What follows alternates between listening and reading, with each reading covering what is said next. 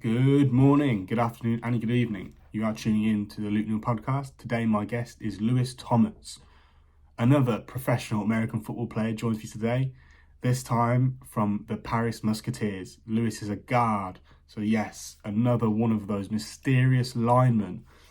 Today, we talk about the struggles that he had with dyspraxia as a child, how he was able to learn techniques and tips on how to apply himself in school when he struggled with focus. We also talk about where the line is on free speech on the internet. Is the internet a dangerous place? Plus, what Lewis thinks is the most important thing in order to be successful as an athlete. All in this episode and more. Welcome to the Neill podcast. Okay, start recording now, but I'll cut the first bit and I'll let you know when we start. No, I mean I'm happy to talk about whatever you want. Really, I know it's whatever's going on. Just maybe I might say if there is a question, I might say maybe no. But yeah, that's fine, man. I can't imagine that we're going to go into anything too controversial. Just about you, your life, challenges, how you've overcome them, things like that. Sure, yeah. Because the podcast is pretty broad subject. It's largely people I want to talk to, but like the kind of underlying theme is overcoming challenges, learning how to be an adult in life easier, life hacks, tips, anything. And then obviously with the theme of kind of helping people with ADHD or other neurodivergent. Yeah, So well, I do have not ADHD, but I do have dyspraxia, so it's kind of relevant. Okay, yeah, well, we'll talk about a lot that. of like crossover with ADHD, I think, with some of the conditions I have. Perfect. So, all right, then. Well, I'll get into that, and then you can tell me all about it. All right, 3, 2, 1, and go. Good afternoon, Lewis, and welcome to the Neill podcast. Thank you for joining me today. How are you doing? I'm good, man. Thank you for having me. Hoping this weather stays dry. You know, had a bit of windy conditions recently, so. Oh, you've only got to put up for a few more days. You're off to Paris soon. Paris, yeah, man. Where then they'll be like in 2 months saying how hot it is and how I wish it was going to be, colder again. And yeah, I'm never satisfied. Have they got AC yet? Nah, they don't have AC in France, really. No, not even in the player digs. They said they'll get us a fan, which it's fine to a certain extent, but then at some point you're just pushing hot air around, aren't you? So. Yeah, for sure. Because I remember Keanu said when he was out in Paris, he was like, "Yeah, bro, like it's just hot." And I was like, "Why are you in a prison cell?" Because he had like metal shutters, and I was like, "I'm just trying to keep the light and the heat out." I was like, "Damn, is it really that hot in Paris?" He was like, "Luke, it's terrible." Well, it's in the city as well, isn't it? So there's no like coastal breezes. Yeah. Oh man, it's exciting though. What are you most excited about Paris being, obviously, other than playing football? What are you most excited about being in Paris for? I mean the Olympics is a big draw. Obviously that's going on in the summer. I'm hoping to sort of enjoy that kind of atmosphere because when the London one happened, like 12 years ago now, I never really went into London during the Olympics, but just because I never got the opportunity to. So I never really got to experience that kind of feel. So it'll be quite nice to sort of see that in Paris and be around the Olympics whilst they're happening. Maybe get the chance to go to one or two events. And then from like a football perspective, obviously from playing football, but I'm just eager to sort of start learning, honing my craft, so to speak. Just getting better, improving, and trying to compete with some of these guys out there, some of these freaks of nature. Yeah, the people that might have been on HGH while I was in college for a little bit. No comment. I won't name any names, but there's probably one or two of them you can probably say, maybe he's on something. Yeah, either that or, as per usual, they're just the top 1% of genetic freaks, which is it's always nice to see. Yeah, absolutely. So obviously, you say you're looking to hone your craft. Correct me if I'm wrong. There was a point where you were considering retiring from professional football. What I say that every year. I've said that every year now. I just think, this is it. I can't do another year. So what it was specifically for this year. So we finished the season in Italy. We finished 2-10, and I also finished hurt as well. I had injuries and things like that, and it did take a lot out of me, physically and mentally speaking. But I got back home and I started looking for jobs, full-time jobs, grad jobs, and things like that. And I wasn't really contemplating it. I thought, no, well, we'll be done now. But I then got a message from a couple of teams, started talking to them, and I thought to myself, last year I felt like I had more to give for myself, as myself as a player, and I don't think I reached like my final potential, so to speak. And that's sort of what brought me back into it. Was, you know what, I want to really push myself one more time, see what I can do, push myself to like biggest limit I can. And yeah, and I didn't really want to feel like I end it on, you don't want to end on the bad note, like no, not at all. It was a bad Everyone always season, wants to go out on the winning season, like the championship year, and then bad personal year as well. Like I didn't play badly. Don't get me wrong. I didn't have a horrendous year, but I felt like I didn't have as good of a year as I could have done. Wasn't representative of your expectations and the kind of talent that you should be bringing. Yeah, I felt like I had more to give, and I could have pushed myself, and I don't think I was pushed enough where I was in Italy. So I felt, I spoke to a couple of teams, and I spoke especially with Paris. I really liked the vision they had, and the ideas they had for this season. I spoke with the head coach. I spoke with the he's the O-line coach. He's like the run game coordinator, I think. And I was really sort of bought in. And then obviously talking to Keanu as well. Keanu had a great time there, and had such a great time he decided to go somewhere else. But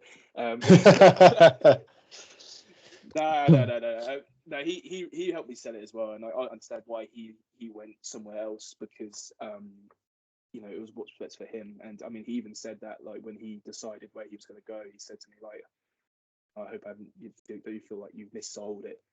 I said, no, man, like maybe it's not the right situation for you, but for me, it's the right situation for me. So for sure. So I'm glad that we spoke, and you told me everything, and because I think for me, it's the right place to be. So there was like, no animosity or anything towards him for that. So I said, I understand why you're where you're going, where you are. But yeah, so it sort of got me back in love with football, and back in wanting to be eager for it. It's funny you mentioned that, because so many people kind of fall out of love with football. I've had the experience myself. It's usually when you're on like losing teams, or teams just don't have the kind of drive and accountability that you expect. So where do you think to like the mentality of like being in a losing team versus playing in a lower league? Because realistically, obviously there's teams in the LF that they're all very good teams, but there's the top ones and there's ones that are not doing so well. For example, Milan Simon were 2-10. You could have easily played in the GFL1 for a top team and basically done and probably won a championship. Where do you kind of think the line is between playing at the top level and playing? I'm not saying that GFL1 isn't the top level, but being a team that's winning and makes you feel good, kind of like it's similar to like the big fish small pond kind of thing. But what do you think about that? I think with those situations, so with most teams in Europe, you never know what you're going to get until you get there.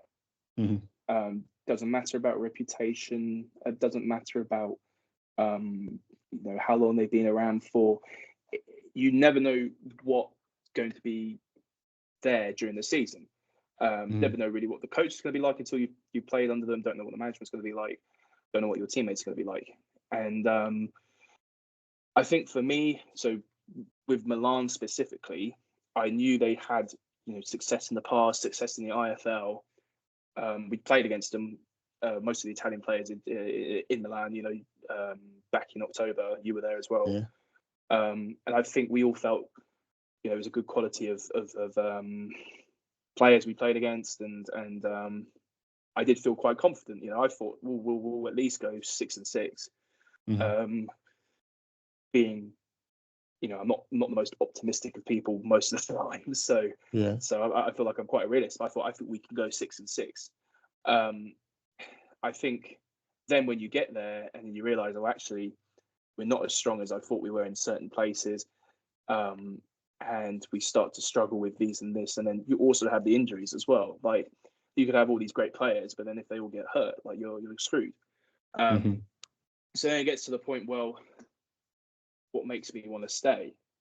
And there are times when people, you see it in Brit Bowl sometimes. You see guys leaving, rats leaving the sinking ship, so to speak. I mean, I'm not saying some people are like that, but if things are going south, then why will you want to stay? Well, for me, I think if it'd been a situation where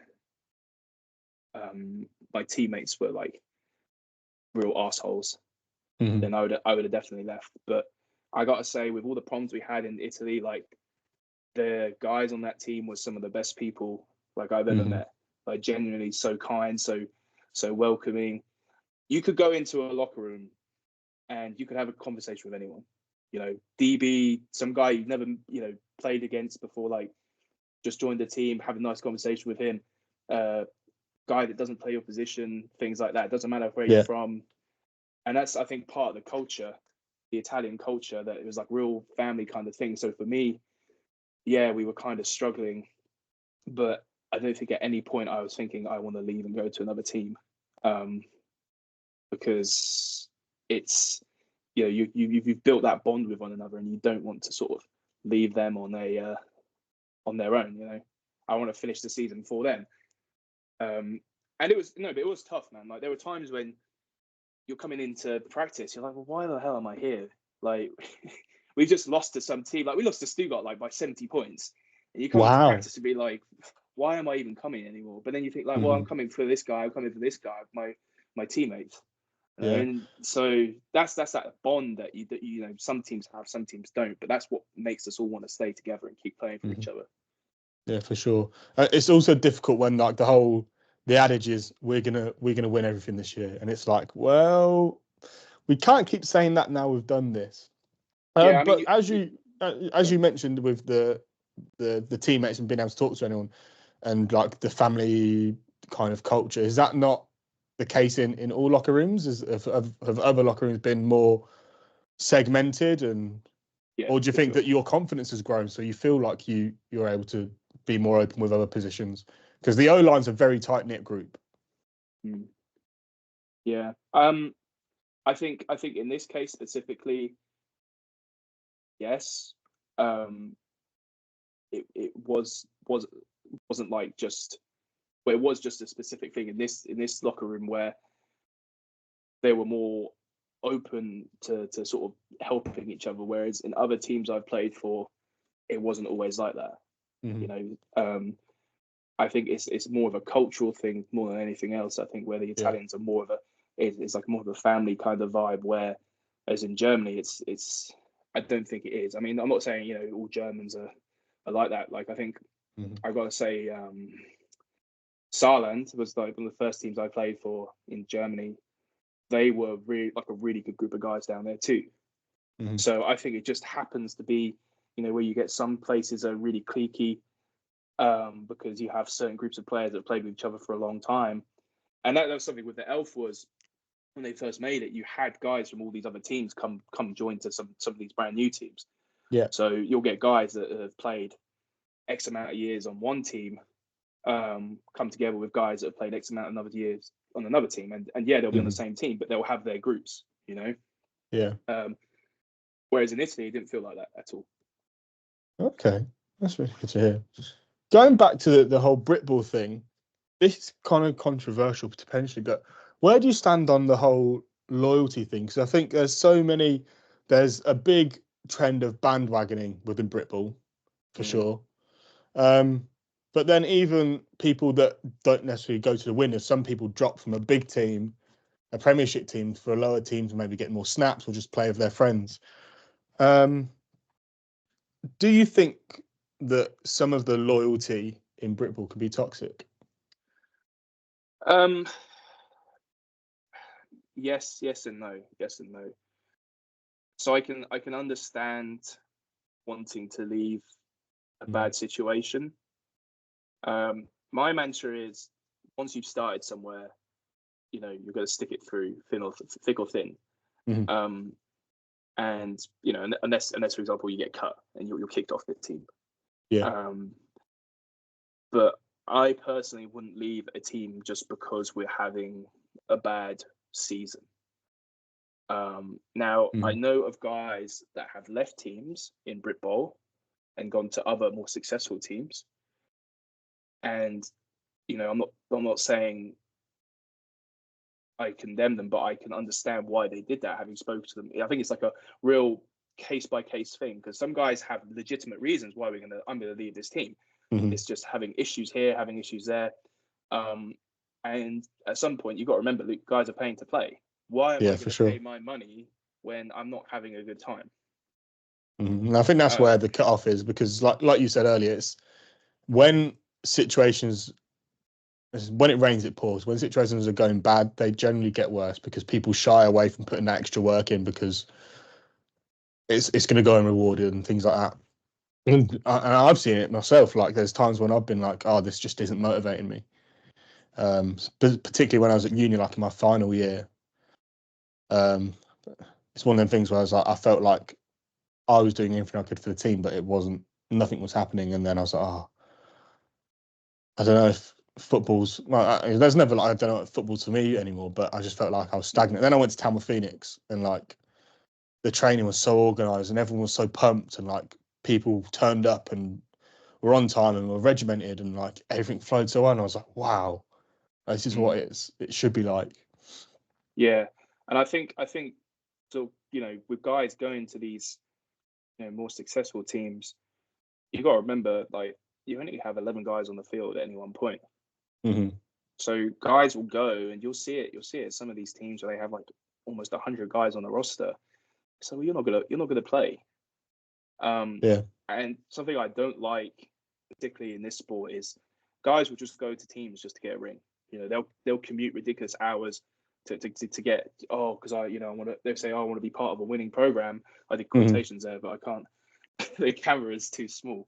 But at the same time, it's like, well, but you don't play. So like, what are you actually like contributing to the thing? And it's like, I understand some guys are in that way, and yeah, they want to get better coaching sometimes, but there's a lot of guys that just want to be on the sideline wearing a medal, don't really care if they play.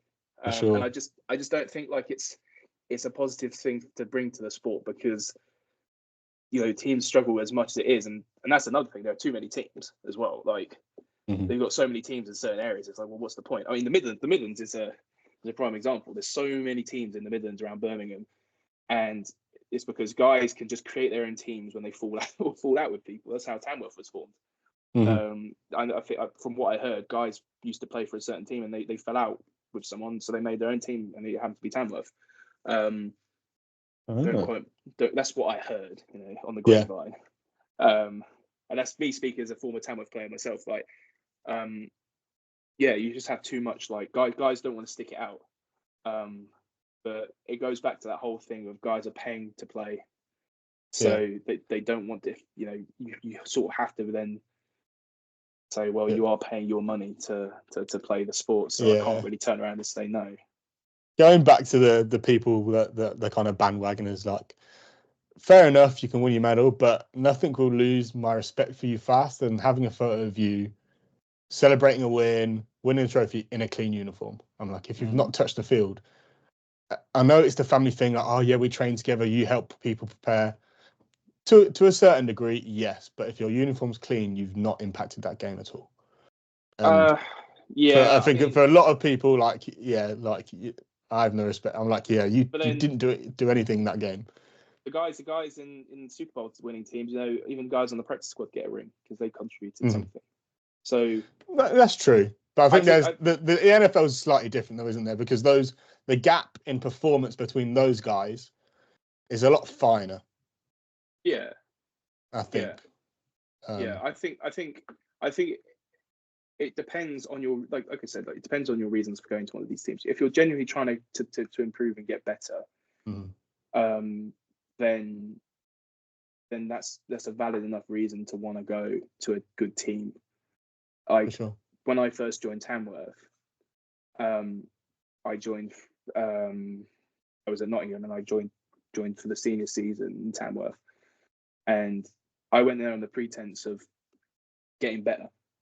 Because at the time, we were still I would say we were still like that, seen as the underdogs. That time where it was still Blitz and Warriors down in the south, and no one really took Tamworth seriously. Yeah. And to be honest with you, I had no idea about any of this, like the rankings or anything. I didn't even know Tamworth was.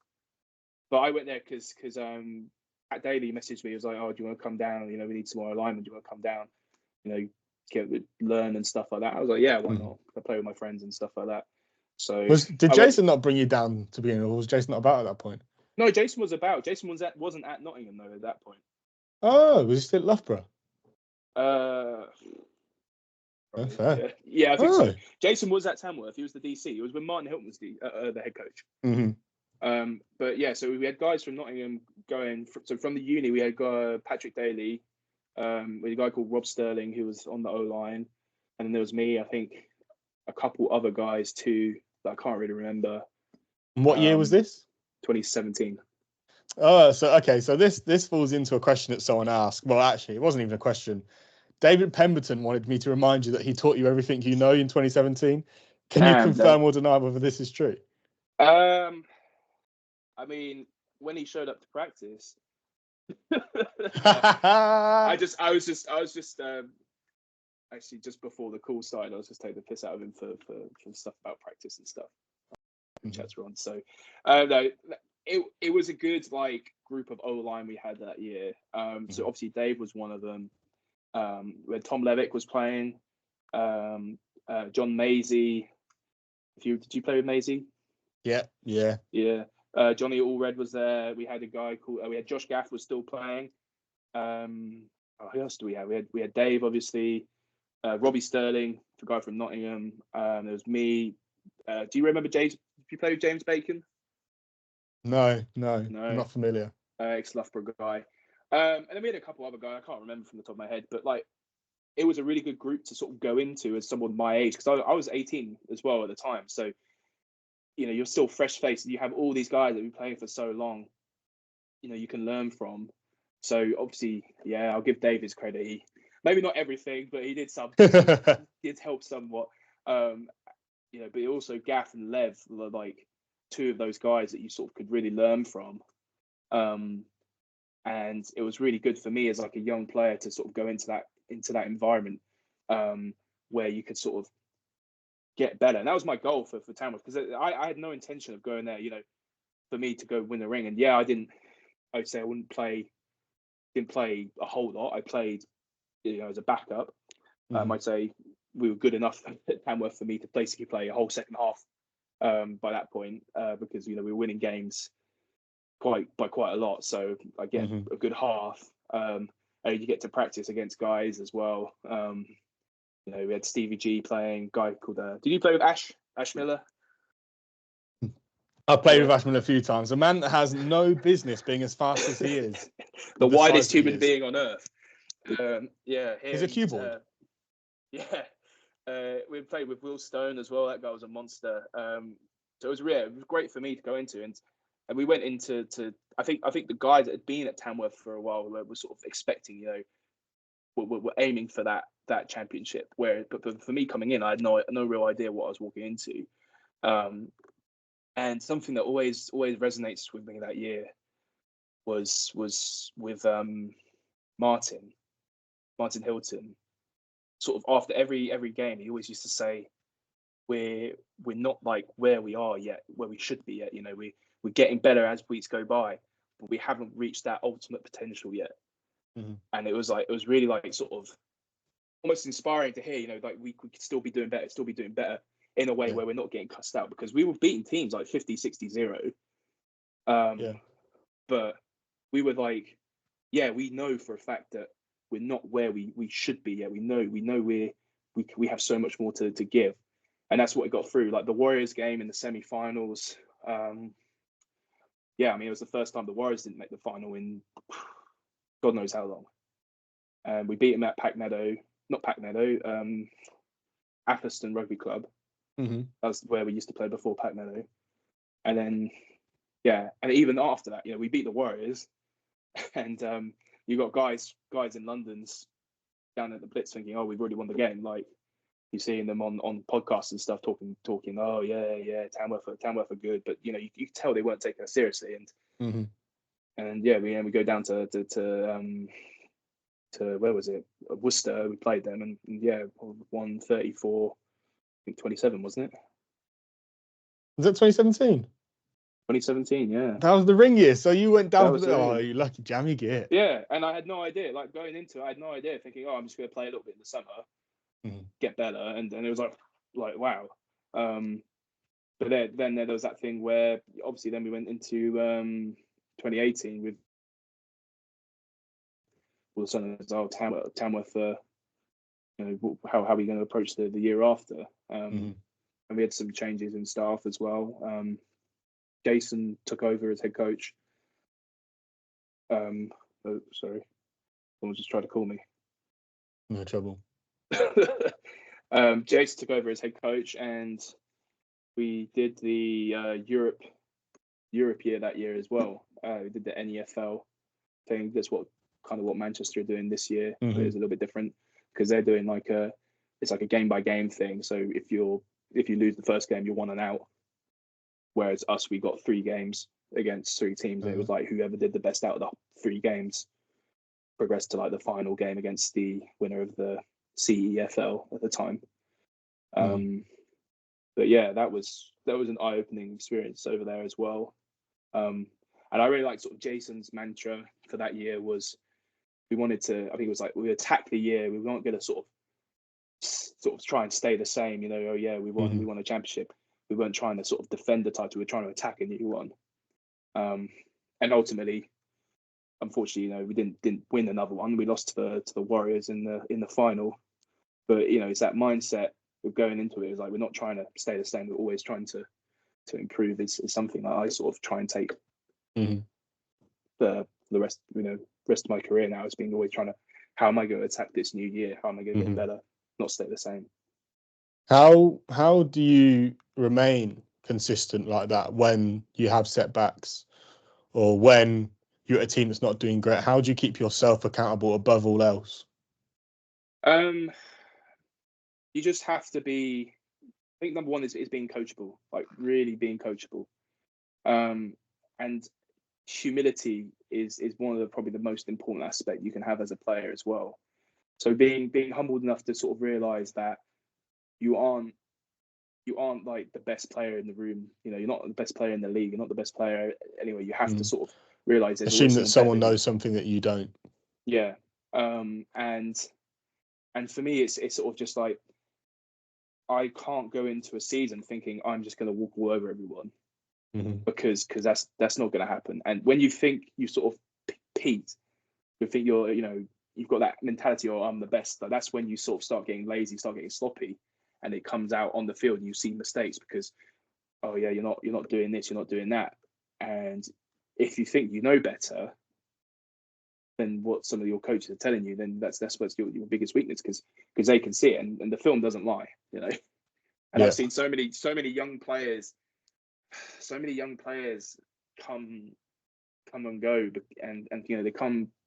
I'll give Nottingham for example. I've had you get 1 or 2 guys that come to Nottingham thinking, oh, we're the bee's knees because I was really good at under 19, and then they come to men and they just you're playing men's football for 11 side, and it's like, well, no, you're not the shit anymore. You're average. You need to get better. You need to improve, and you're trying to help them out, and they just don't want to know because they think, oh, I'm the best football player in the world. Yeah, and it's sad. clinging on to memories. It's sad to see. So yeah, and I mean, I think football is a big mental aspect too. I think it's a big mental game. Because like I said, obviously you need to be humble in order to get better, and that takes, sometimes it takes a lot for people to do that, to sort of admit, okay, I'm not as good as I thought it was. How am I going to improve from that? And I remember the first time I sort of realized that was in 2018, when we had the GB. It was the GB breaks, I think. And they had the tournaments in Finland, so there was no games, so we were practicing. And I'd had a pretty good few games, last couple of games. I think this year I was a starter now at Tamworth. I had a few games, did pretty well, and I thought to myself, yeah, I'm pretty good. Shit hot. Nothing's shit hot, yeah. Shit don't stink. And then we do one-on-ones in practice, and Stevie G fucking smokes me like 2 or 3 times. And I came away from that practice thinking, you know what, I need to reassess how I'm thinking and how I'm approaching these practices, because Stevie's just punked me like 4 times here. I need to I need to sort of humble myself a little bit.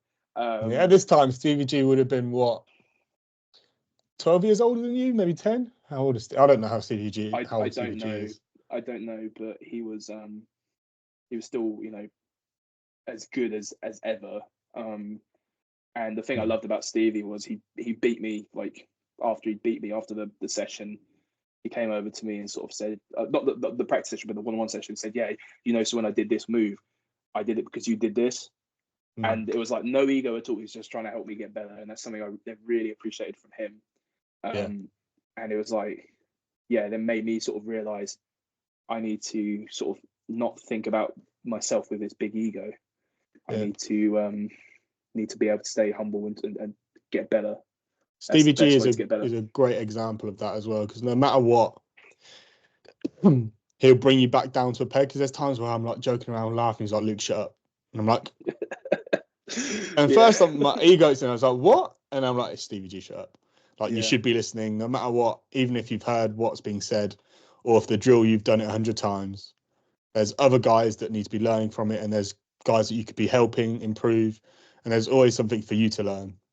Because even now, like with silly things in the gym, like I've been squatting properly for like what we had strength and conditioning as for the Sharks in 2018. It taught us the whole setup. But even now, there's times I have to rem myself. Point your knees out, weight all over your foot, neutral spine, engage the core, push it out, because it's so easy to forget small little details like that. And obviously that's just an exercise that is 3 moving parts, let alone a dynamic movement that is involved in football. Basics, man. That's all it is. Half the time it's just remembering the basics. But going off of what I was saying, another part of sort of trying to keep that consistent standard is when you do then make a mistake, not to sort of hang up about it. So whether it be in practice or in a game, okay, you make a mistake, and I'm this is one of like my kind of things was, and I still sort of struggle with, is when I do a bad rep, when I have a bad rep in practice or a game, like I struggle to almost move on from it, because I obsess over it. I think like, I should be better than this. I know I'm better than this. Why am I making this mistake?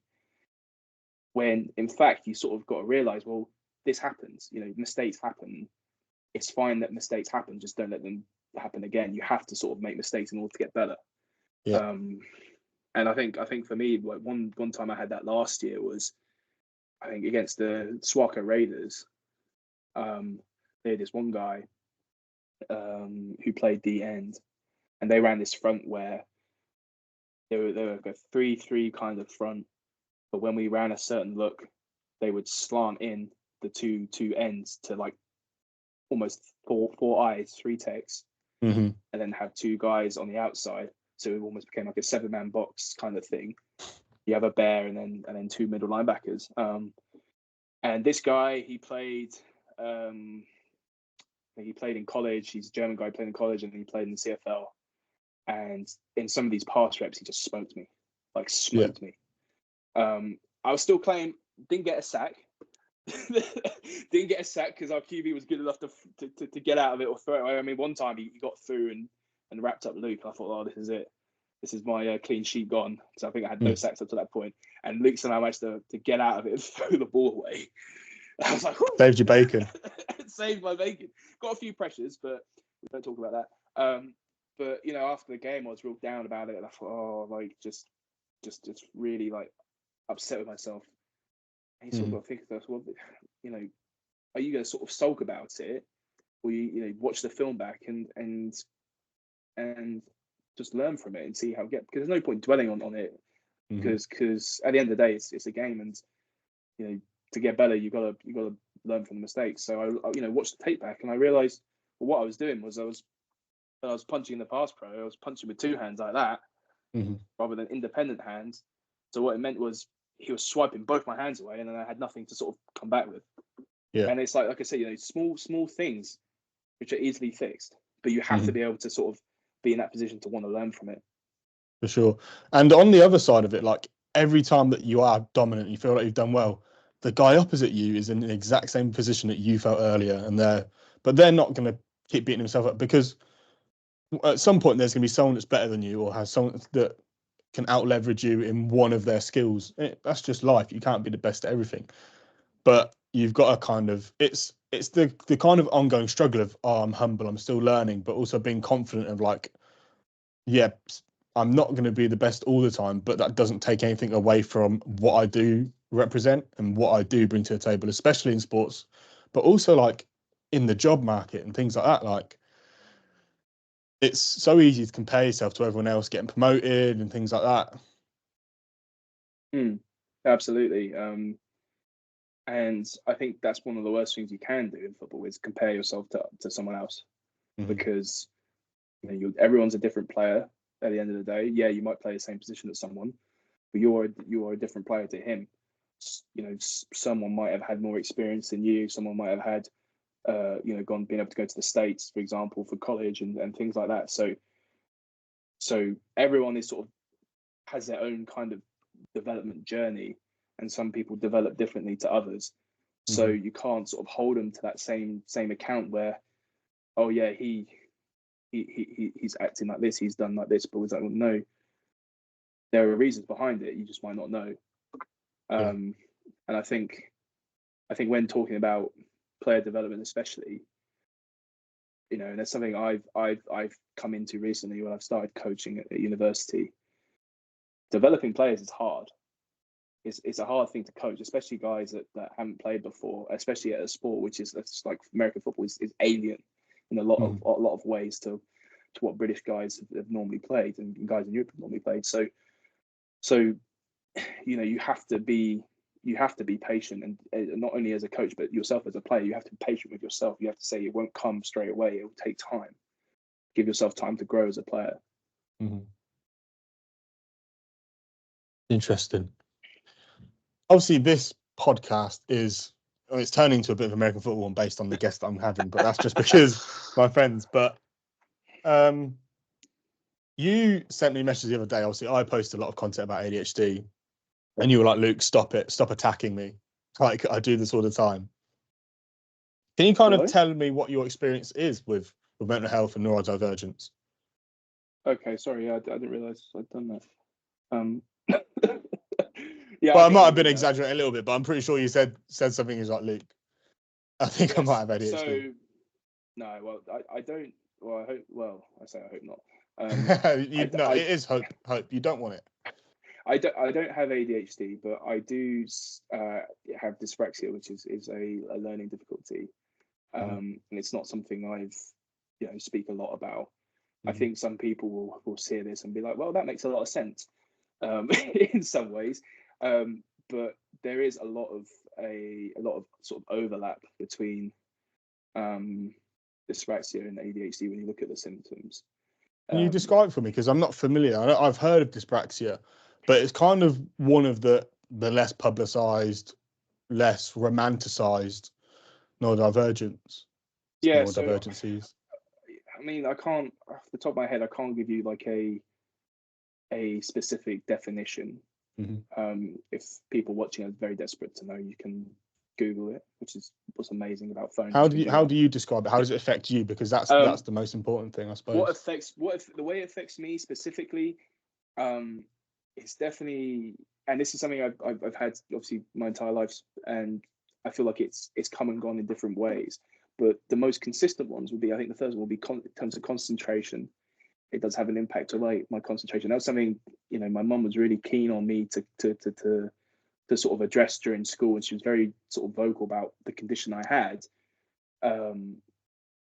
You know, making sure the teachers were aware, like, you know, he's got this condition, so his concentration isn't always as good as it should be, and you might have to teach him things in different ways.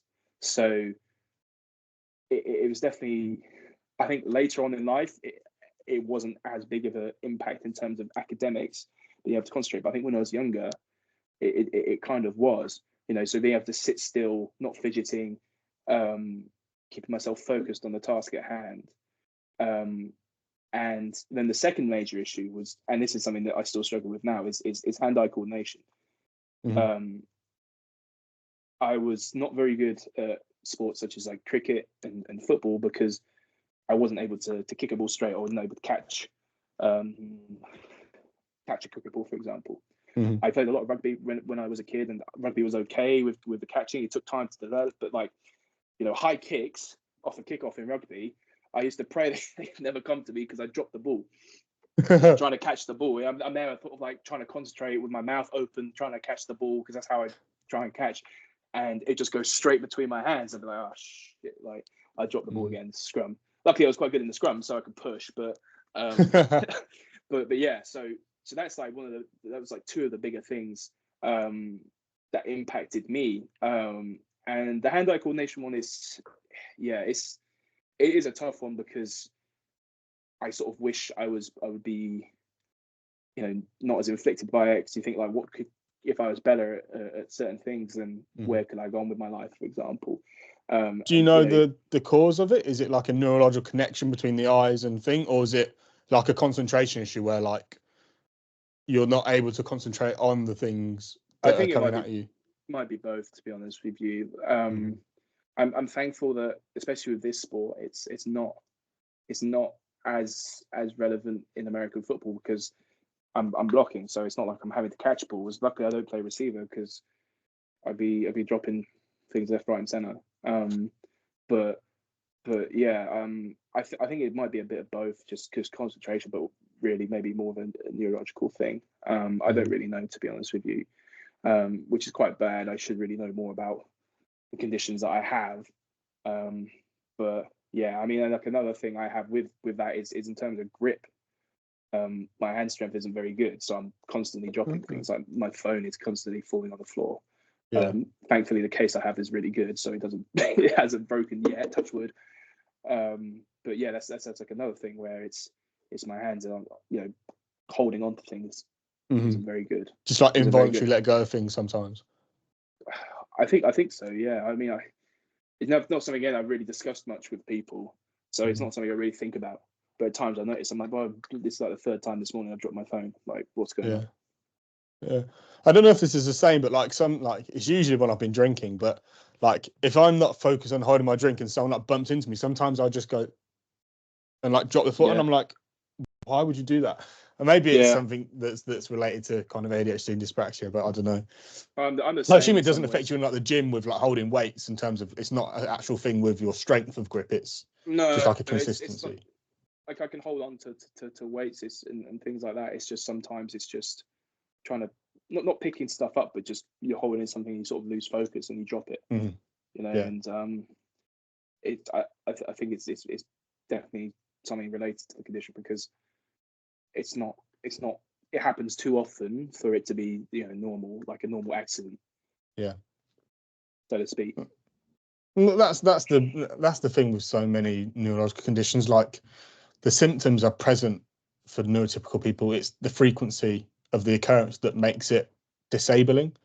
Like everyone goes to the toilet, but if you went to the toilet 42 times a day, I'd say there's something wrong with you. You can go to the doctor, but like you can't say, oh yeah, we all pee. And I'm like, yeah, we all do pee, but you don't do it quite as often. It's like we all forget things. With ADHD, it's chronic. We all forget things, but you don't do it all the time. My dad has given me his credit card to go and pay for the takeaway twice, and both times I've lost it. So like literally this weekend, and all it is a card in my thing. I don't know where it goes. I'm sure I always put it somewhere safe, or I just forget to put it in my pocket somehow. Fortunately, he hasn't had any fraud occur, but like I literally forget things all the time, lose them, like wallets, keys, phones, constantly. Mm. To the point that it is disabling because I have to spend so much time trying to find them. I think that's where I've been quite lucky in the fact that my memory has always been quite good. So it's not something I've had to sort of suffer with. But I am thankful, and I don't know what your experience was at school, but I am thankful for the schools I went to. And I think also with my mum being so militant about it, where I did have that support growing up, and I was able to sort of, manage my the condition you have, so you know the teachers will help you. Because I think it's so easy for guys to sort of, especially kids at school, to sort of fall behind because they're not learning properly. And if you're not able to focus, for example, you're not taking that information in, you're not able to retain that information. So you sort of see people sort of lagging behind when they shouldn't be. And it's just because perhaps they just need more one-on-one time with a teacher, or they need, more for someone to explain it to them a different way so they can understand it. And for me, when I was younger, I think the whole lack of concentration was definitely a big problem, because I definitely wouldn't have been concentrating as much as I should have been. And I think through that sort of extra support, I was able to do that. And I don't know if that's something you were able to have when you were at school. Yes and no. I kind of wasn't aware of what ADHD was. Like, so many people, they just tell you you've got it and like you'll fidget and you're hyperactive. And that's all I knew. Like, fortunately, I suppose the fortunate thing about ADHD is that you forget things. So you kind of forget the negative emotions, forget the feeling down for yourself for long periods of time, because you generally move on quite quickly. But like, there's a staggering statistic that like children with ADHD, by the time they're 10 or 12, they've received 20,000 more negative messages than their counterparts. Usually, sit still, why aren't you listening? Why can't you concentrate? Stop doing that, stop talking, things like that. But I kind of wasn't really aware of it. I'm sure subconsciously, myself and other ADHDers, it kind of affects their self-esteem. But I did okay at school, up until like GCSEs, when you can kind of just get away with being intelligent. But that might just be my baseline intelligence. So there's kind of many misconceptions that like autistic people and people with ADHD are really intelligent, but there's no correlation between intelligence and ADHD. So I think obviously I was fortunate to be slightly intelligent to the point where I could get away with it up until GCSE, but I was diagnosed super early and my mum was super vigilant of it. I think she wasn't necessarily aware of the other non-visible side effects, but I wasn't really aware of them up until later on in school, when I needed to focus independently and I needed to hit deadlines and I needed to do things that I didn't want to do by myself.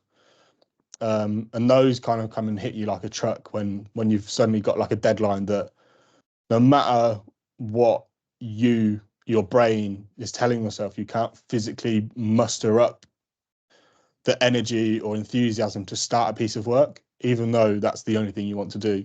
That's something that I really struggled with at university, because I just didn't understand it. I was like, why aren't I doing this work that I need to do? And I only learned most of it through social media, Instagram reels and things like that. Do you think that the fact that your mum was aware of your dyspraxia kind of helped you, because she was able to kind of remind you, like, Lewis, things will be slightly more difficult for you. You're going to have to try harder. And then obviously being able to talk to your teachers, because my teachers, some of the times, didn't even have a clue. My mum would come in and I was like, Luke doesn't listen. You'll tell him to stop, and then he continues to talk. And I was like, and she'd say, you do realise he's got ADHD? And they'd be like, what? And she's like, everyone is meant to be briefed that he's got it. I'd imagine it's vastly improved in schools now.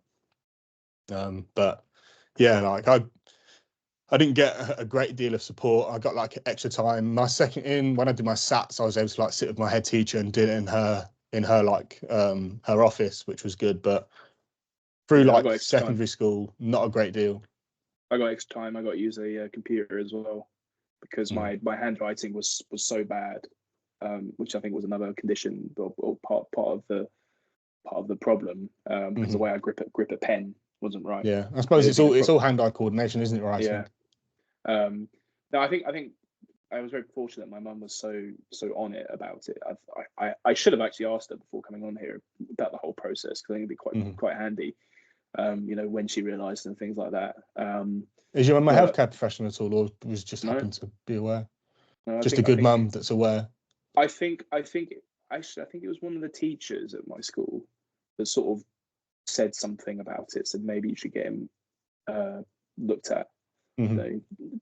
For like dyslexia, dyspraxia, like when I first started primary school, and then my mum got me tested and everything. They do this test, and then from there she was able to say, right, to the teachers, right, he needs this kind of support, he needs this kind of support here. So I was very lucky with the school I went to too. It was a private school, so not as many students, and they had the funding to offer that support that I needed. Which I'm very fortunate that I could experience. I think if I'd not been as privileged, I suppose would be the word to use, I might not have been in the same position I am now. And then changing schools, my mum was still there, able to say, look, we need this, we need that. And then when I was revising for GCSE, she was there like, you need to do this, really like pushing you to make sure you were studying. So she knew she was there for me, so I could achieve the best possible results, and push me to the point where she knew things she knew I could do, and maybe I didn't know myself, and achieve the grades that I was able to. So always grateful for that kind of support from her, and I'm lucky that she was so on it, throughout my entire life. Even going to uni as well, helped me get the support I needed from uni. Because at uni I did for exams I used computer as well. I used a computer and had extra time like I did at school. She was the one there who sort of helped me get the necessary stuff I needed to then. Did you apply for DSA, Disabled Students Allowance? It kind of funds like a laptop and lecture recording material. I didn't need it. I felt like I didn't need it. So I had a laptop, and all the lectures are recorded anyway.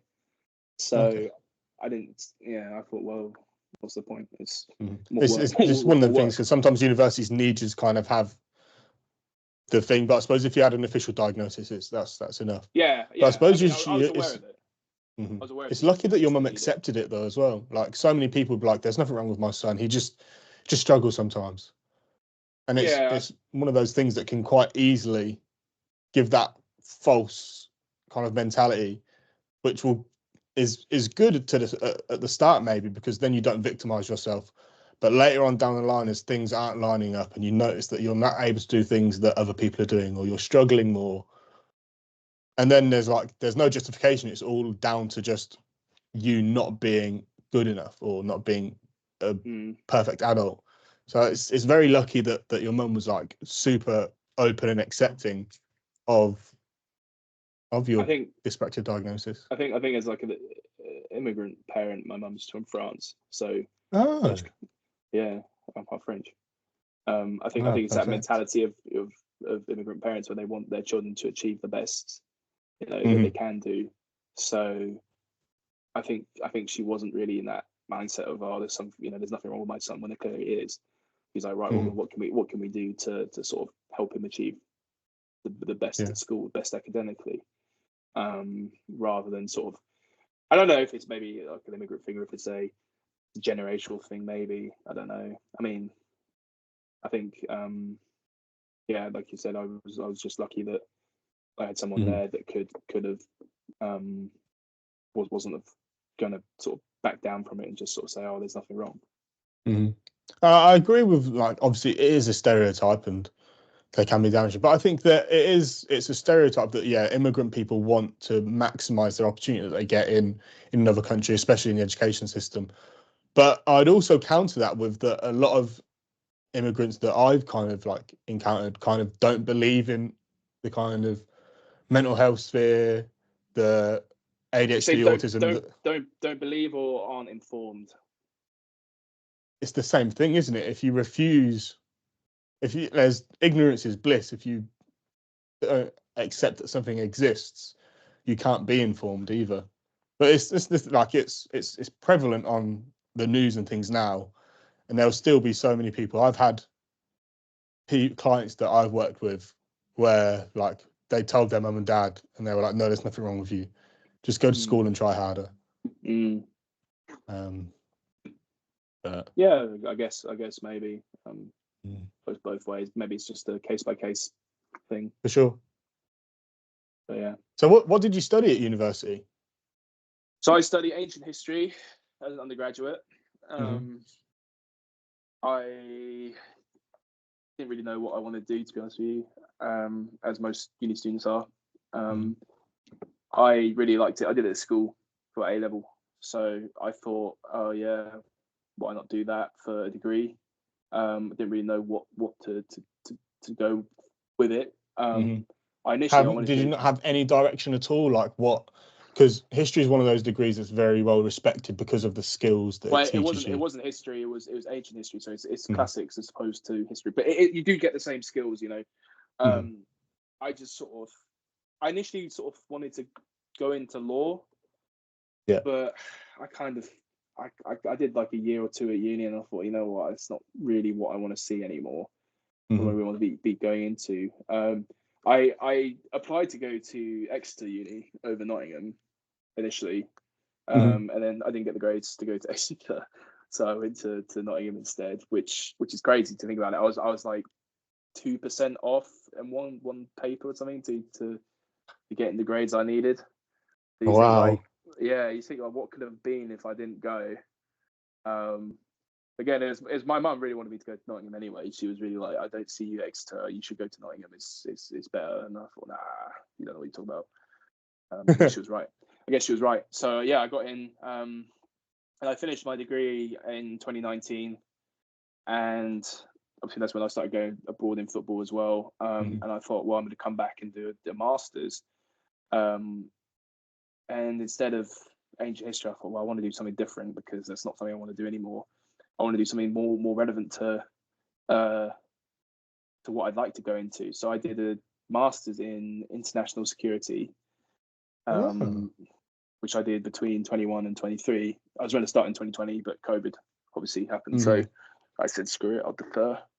I had a year out, and then COVID happened, so I had another year out. And then, started 2021, September, and did it part-time.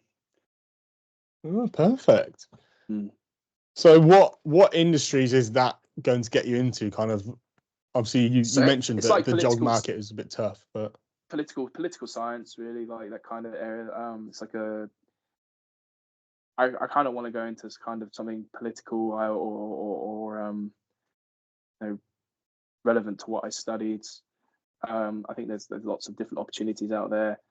I think the biggest market at the moment is cybersecurity, because it's so relevant now. Yeah.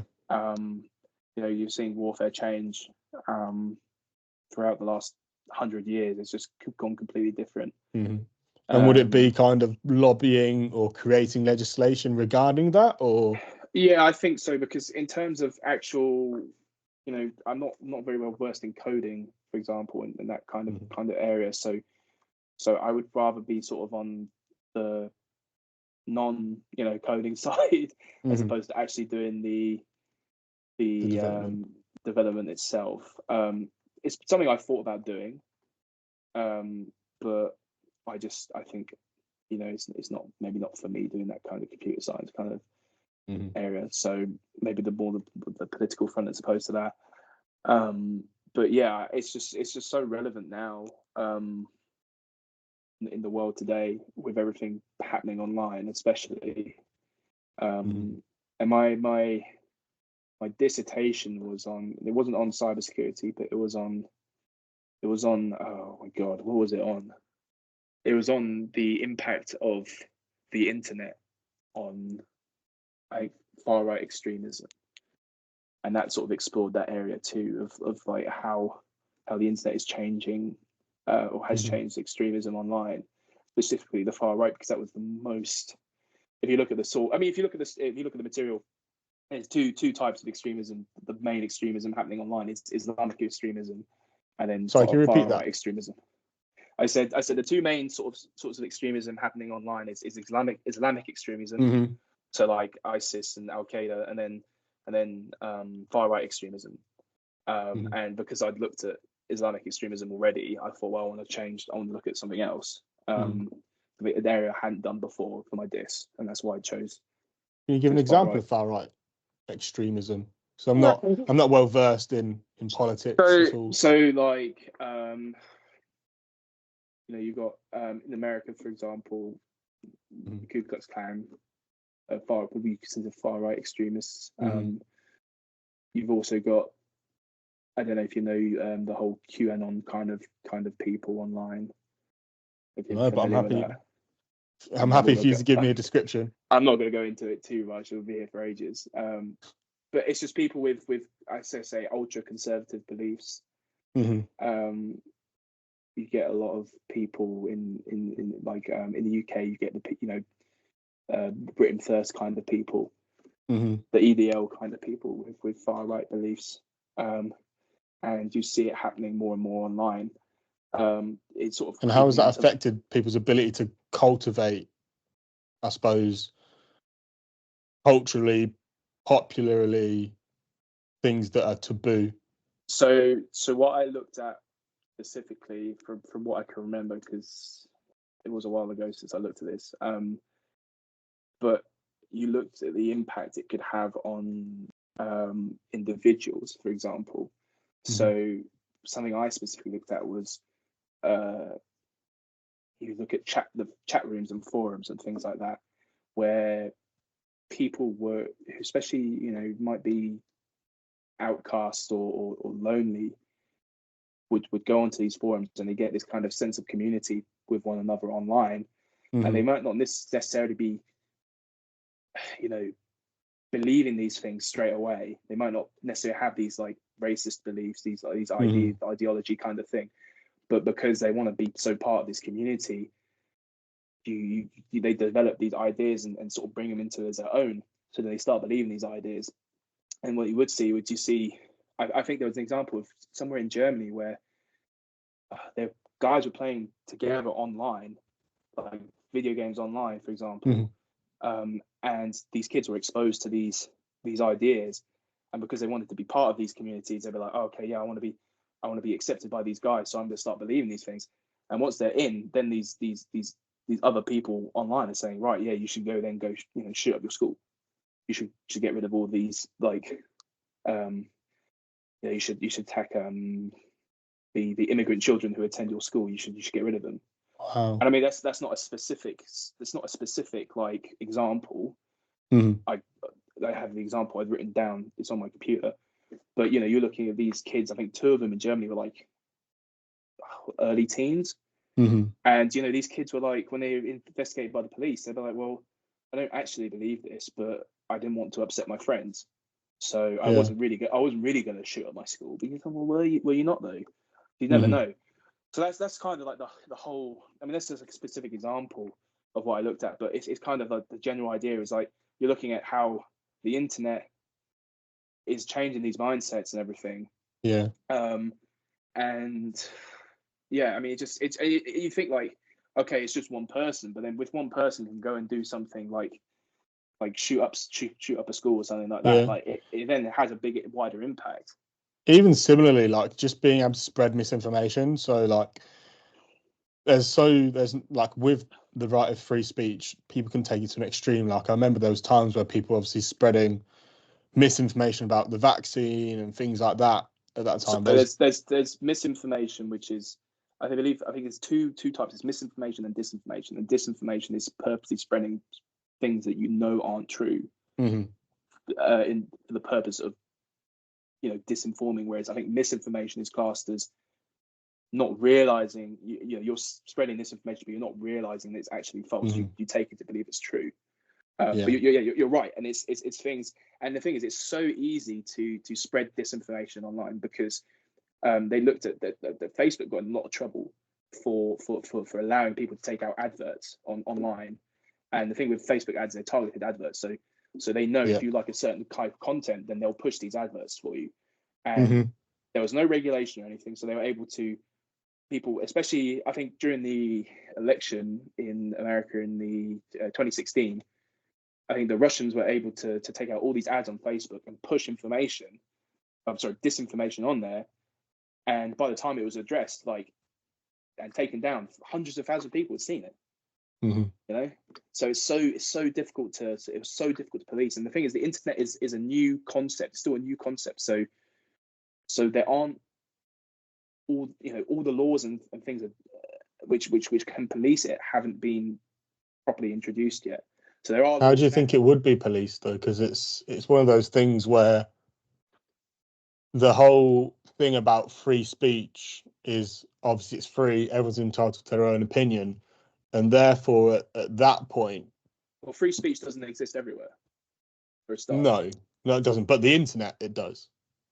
In the Western internet, obviously there's certain places where the internet is censored, but if they go onto Western internet via VPN or things like that, but it's that point where you're potentially indoctrinating, you're forcing society's joint views, and most of society's joint views up until that point, if we look at largely Western culture for just the thing, it's all based on Christianity.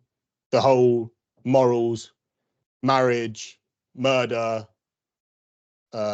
assault, theft, things like that. They're all based on Christianity.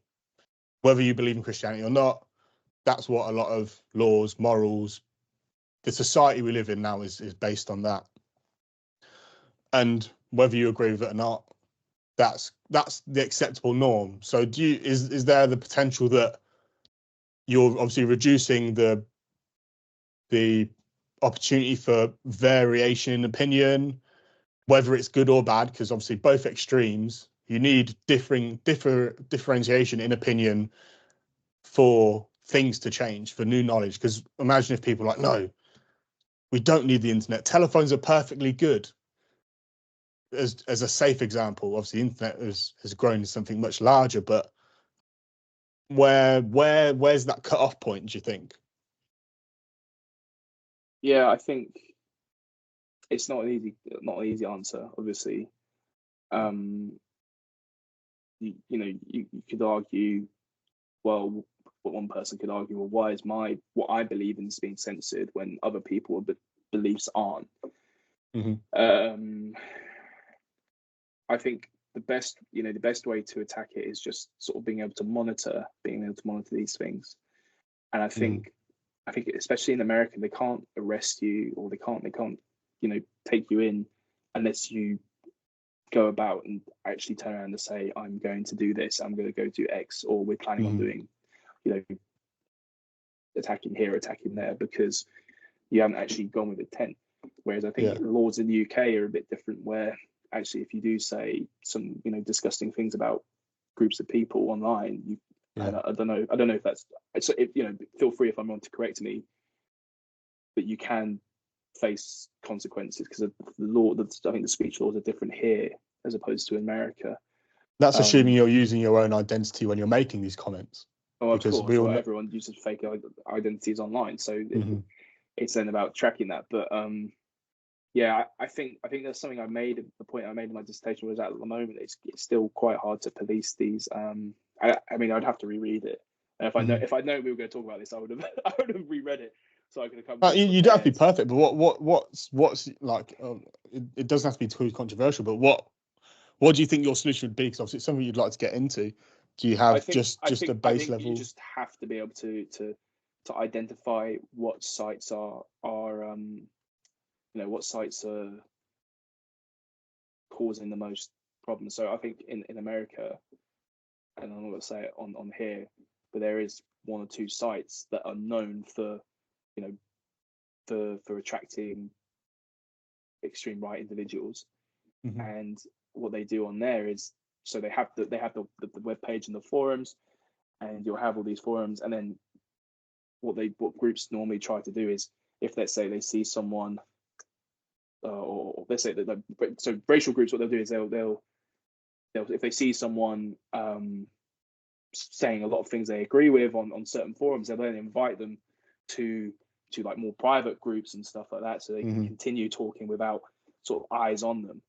So one way of sort of combating this is to sort of monitor these groups and sort of monitor individuals who are, talking this kind of language and things like that, and then just keeping an eye on where they go, just making sure then, because they're getting then more indoctrinated into this kind of ideology and things like that, and then that's where they're able to be convinced that, okay, go attack these groups of people because they believe different things to us.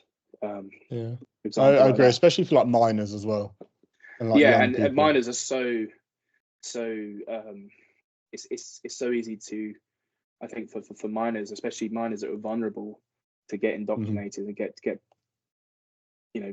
picked up by these groups of people, because they want to feel like they're part of something. They want to feel, I don't want to say loved, but they want to feel like accepted and valued. Exactly, they're valued. So it's definitely, you have to, I think monitoring is going to be the first part of it. Monitoring the correct sites, I think. So it's a waste of money to just try and monitor the entire internet. It's not possible. So knowing where to go, and then I think after that, it's exposing these people that are being radicalized to information which disproves their beliefs. Because after that, it's you'll listen to interviews with people. So I listened to interviews with people who were radicalized, and they were just like, I can't believe I was believing these things. It's just because I was so engrossed in all this content, and the way the internet is set up, it's like it purposely, will show you things that you like because of the algorithms. They'll show you content that's similar to what you like reading, what you like watching, like on YouTube, Facebook, Twitter, Instagram. So you're in this kind of bubble, and you're not exposed to any kind of new information. It's the availability bias, isn't it? Like your world is literally as far as you see, like what you see on the television. Because there's obviously, if we take China for example, there's probably no one, or even North Korea, which is obviously problematic. They have no idea what the outside world is like, and that's the same for people in cults or things like that. If you're all the media that you look at and all the people you socialize with are forcing this misinformation, that's all that you know. Yeah, and the bubbles are so effective at sort of reinforcing themselves, and you keep getting that same information from the same group of people. So it's really, and it's easy for us as individuals to sort of stay where we know. We like what's safe. We like what's reassuring. We like to know what we know. We don't like being questioned on our ideas. So you sometimes, as a person, have to make that effort to sort of, well, actually, what's the other side saying? Why is this, they saying this is a bad thing? And exposing yourself to new information, so you're not constantly believing the same kind of bullshit that people are feeding you. And I think you see it from older people, especially these days now on Facebook, especially because Facebook's one of the worst things for it, where they're seeing things like posts and things like that aren't necessarily true. I mean, the amount of people I see, sometimes older folks I got on Facebook, that share something, saying something about, this immigrant did this, blah blah blah, and you think, well, this is just a random Facebook post. Like, you have there's no proof to it whatsoever, and yet you're peddling this, you're sharing this ideology here, you're sharing this thing. It's probably not even true. Like, what's the evidence from here? But blah blah. And you're like, come on now, like don't start. Like, do the effort. If you really want to share something like this, and do the research, find out if it's true, rather than just going off what someone said on Facebook. So you have to make that effort, and I think people just don't want to do it these days. Like, they don't want to. They like what they like what they know. For sure, it takes effort to disprove your beliefs, and it takes a lot to go out there and find evidence to disprove whatever information you've got. But I think one of the funny things that, like, going back on what the old people saw, I remember, was it like back in 2018, where like the boomers and like even my parents to a certain degree were concerned about like the 5G towers. Yeah. But again, it's like, what evidence do you have of this, and who's been sharing this information with you? Like, where have you been getting it from? And do that research. And I mean, you know, we've got to say it's not all old people that think this, obviously not. But I think statistically, it is genuinely usually those people who don't necessarily do as much research. And I feel like younger people are more inclined to look something up if they do sort of feel strongly about it one way or the other, because, and I guess that might be just a way of us as younger generation knowing how the internet works better, as opposed to someone that's, you know, was born 60, 70 years ago. I'd also argue maybe that younger people are more susceptible to criticism for their opinions online, because our presence and existence is so much more online. I think so. I also think, I mean, no one likes getting criticized, though, do they? So no one likes having their beliefs criticized, and I think that's another way. That's another way of thinking. And I think it goes back to, you know, how I said about, you know, we talk about schools and stuff and teaching people. You can't teach the same person. You can't teach everyone the same way. And I think it's the same way as, you know, you can't criticize everyone the same way. Some people aren't going to respond well to be told, no, you're completely wrong. You might have to explain it to them, like, this is why you're wrong. No one likes being called an idiot. Like no, for sure. You know, your beliefs are wrong, you're an idiot. And I think that's sometimes the wrong way to attack people that have been radicalized. It's not always the best way to, because all it's going to do is make them double down. You know, if I say you believed in something, I said, no, you're wrong, you're an idiot. It's not going to change your mind. It's going to make you want to double down and say, no, you're wrong. And that's the wrong way to approach it. It's about delicately showing them and explaining to them why something they believe in is wrong. Yeah, for sure. Like, you can't convince someone of something if they don't want to believe it. So it's a slow process. So one of the funny things that is like really current now is, do you follow or have you seen any of Eddie Abu's content? The guy that's like, so here's an African man who used to be a bodybuilder.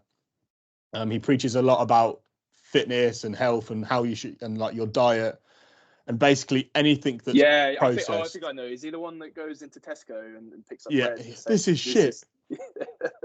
But the thing is, it comes from a place of good intent, because he wants people to be healthier. But the information that he's spreading is disinformation or misinformation to a certain degree, because with diet, you can look at things objectively or subjectively. Like, objectively, sweets aren't the most nutritious thing. But if you just need calories in order to survive, sweets are fine, or if they're available and they're quick. It's one of those things where, like, but he's so famous now. And I mean, that's the problem with the internet as well, is you give people that wouldn't be controversy sells a platform, don't they? And controversy sells. I mean, look at Andrew Tate. Like, one of the reasons why he got so famous was because how controversial he was. Very sure. And the problem with the internet is, you can show something without context. Yeah.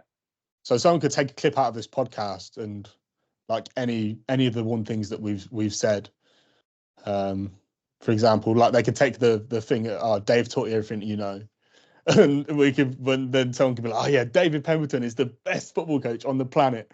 If someone clipped that wrong, obviously that's a more harmless example, but I'll let you clip that. Dave, you taught me everything you know. Okay, you can clip that. Okay, that'll be the advertising thing. So we'll move on to some slightly less controversial things. But it was really interesting talking about that kind of your career path. And I think you do a great job, because you are a very conscientious person. You're not someone that's particularly opinionated, and you're always happy to kind of explain where your opinion comes from, which you've obviously done here. You're also a pretty mild man and pretty chill guy. So I think you'd do good in that position. I wouldn't be concerned if someone was like, Lewis Thomas is writing legislation for it, and I was, the internet will probably be a better place. I hope there might be more other Donna people agree Kebab with content that I was expecting, but I think it'll be Hey, dude, what a show that was. okay. Okay, so before we get into we'll go into the user questions, then I'll ask the final one. Some of these are very much targeted. Some of them are statements rather than questions, but I'll read them as they were written. And some of them I will tell you who's asked them for context, because some of them require it. But the first question we'll ask is, has being a coach influenced your play style and general approach to training? Yes, definitely to training. I wouldn't say it's influenced me in my play style. I think it's made me more aware of how to teach people something. It's something we just covered there. I think, like I said, you can't teach everyone the same way. Some people, they can see it on visually and think, okay, I can do that. Some people need an example. Some people need to be shown how to do it. I think it's also taught me a lot of how to be patient a lot more. And that's one of the reasons why I started coaching, was because I wanted to sort of develop my ability to coach people new to the sport. And it's all well and good, me being someone that's played for a long time now, played in different leagues. I want to pass on what I've learned to people to improve the game in the UK, because that's the ultimate goal. But I have to be able to teach those who played before and those who haven't. And it's made me definitely very conscientious of the fact that whilst this might apply, better for the veterans, I have to be able to explain it to rookies. And I think it's a skill that not many people can do. If you really look at coaching and coaches, especially in the UK, and I will say as well, American coaches in from the States and in Europe, some of them do not know how to coach guys that are new to the sport. It just doesn't register to them. There might be someone that's blocking wrong, let's say like a tight end or receiver is blocking wrong, and it won't register in their mind that, well, why the hell is he not blocking correctly? Yeah. Because he's used to, someone's used to coaching in NCAA for so many years. Everyone knows how to do that. And yeah, like there was only one or two people that I can sort of think off the top of my head able to coach those guys at any level. And yeah, but I mean, that's me coming from, people that I've known, and I think not to.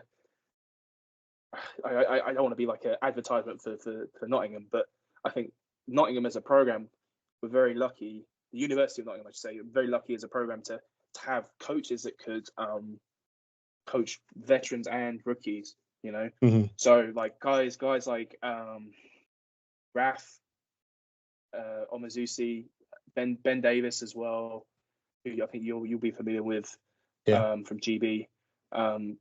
Johnny Allred was good at that too. Is good at that, I should say. I can't remember who else is there to be honest with you now.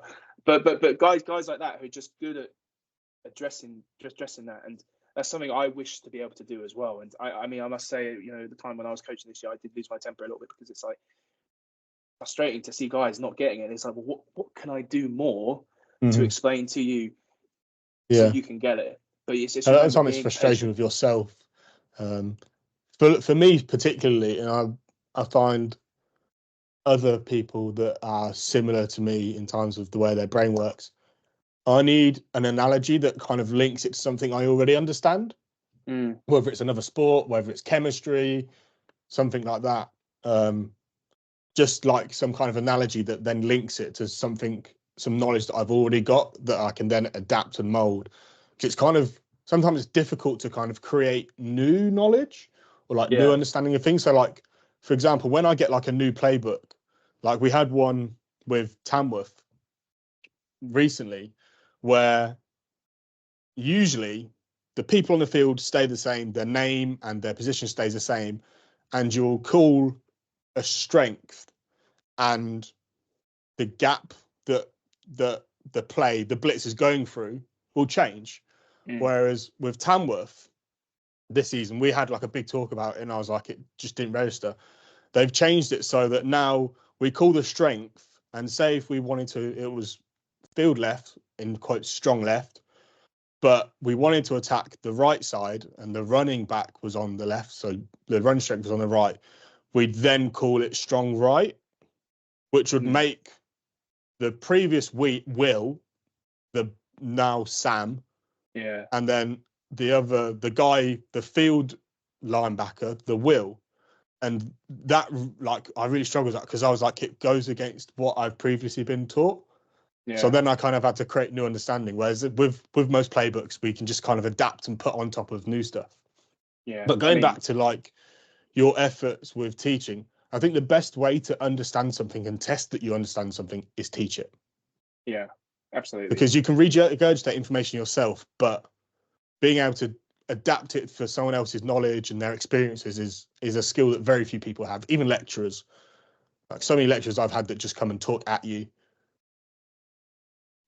I think as well, repetition is the best way to learn something. And I think something I wish we'd kind of done differently where I was coaching this year was, and I sort of, we did it more towards the end of the season, is just we should have done every practice, 10, 15 minutes, team on air, running through plays, just making sure we know what we're doing for the new plays. We understand the concepts and how it's ran, but then keep refreshing the older plays, and then if we see any mistakes, we can address it. I think it's hard to address it sometimes when you're going into team because you've got a guy, okay, yeah, he's live, but you don't know if, let's say, the O-line went the wrong way because of an alignment, or was it because he didn't know what he was doing? Whereas when it's on air, okay, you don't have anyone live, but you're repping through it. So if he goes wrong way, you can say, well, no, what you doing? You need to go this way because that's how the play's designed. Like, not. There's no other external factors involved apart from the player himself. But yeah, no, it was great. It was great coaching though this year. It was really opened my mind to a number of things. But yeah, I loved the experience of it. I loved just trying to help the game grow in the UK. Okay, next question. What makes you so dominant in the run game? I think it's just practice. No, it's hard to say really. I think I'm grateful that I think the run game is my better aspect of my game than it is the pass. In the first couple of years I played abroad, we were heavy run teams anyway, so that would definitely would have helped how I developed as a player. I mean, Sunderland we ran like wing T kind of triple option offense, so you're basically running the ball. I think we had one game where we passed. I think in one game in like the middle of August, we had a game where we passed the ball 4 times, and every other play was a run. Is there a specific attribute of yours that makes you good in the run game, or is it something you've worked on, or something that you understand? It's definitely something you don't. It doesn't come straight away. It's. I wouldn't say until I went abroad, my run game wasn't as strong as it was now. I think it's about having that sort of explosive power in your body. So when I talk to guys about the gym work, I always say, you should always be doing squats, like back squats and stuff like that, front squats, whatever, doing box jumps too, just working on that explosive power, because that's what I think makes difference between a good O-line in the run game and a great O-line in the run game, is having that explosiveness. Being athletic. Yeah, I mean, to an extent, obviously, you're not talking about like 100-meter sprint or anything, but like. But that's athleticism for a 300-pound man. Like, you can be as big and as strong as you like. If you can't move your hips to get that correct leverage, yeah. Like, and you've done that to me many times. Like, there are guys that are bigger than you and stronger than you at GB, but I don't know if there's anyone faster. I haven't really watched. I don't really look at how fast linemen get to me. It's more of a fuck. His skinny kids. The skinny kids. But you're able to get there and like get leverage on me so that I can't go any other direction. Like, even if I just stop, you're just like going. You're very difficult to play against. Oh, thank you. That was a compliment. You should. It's for me, it's explosive power, and it is quite important. And just pad level 2, you can't play too high. So it's really, we're playing O-line. You should never overcomplicate it. Don't try and think too much. It really comes down to three things: is staying low, keeping your legs moving, or keeping your feet moving, and hands inside.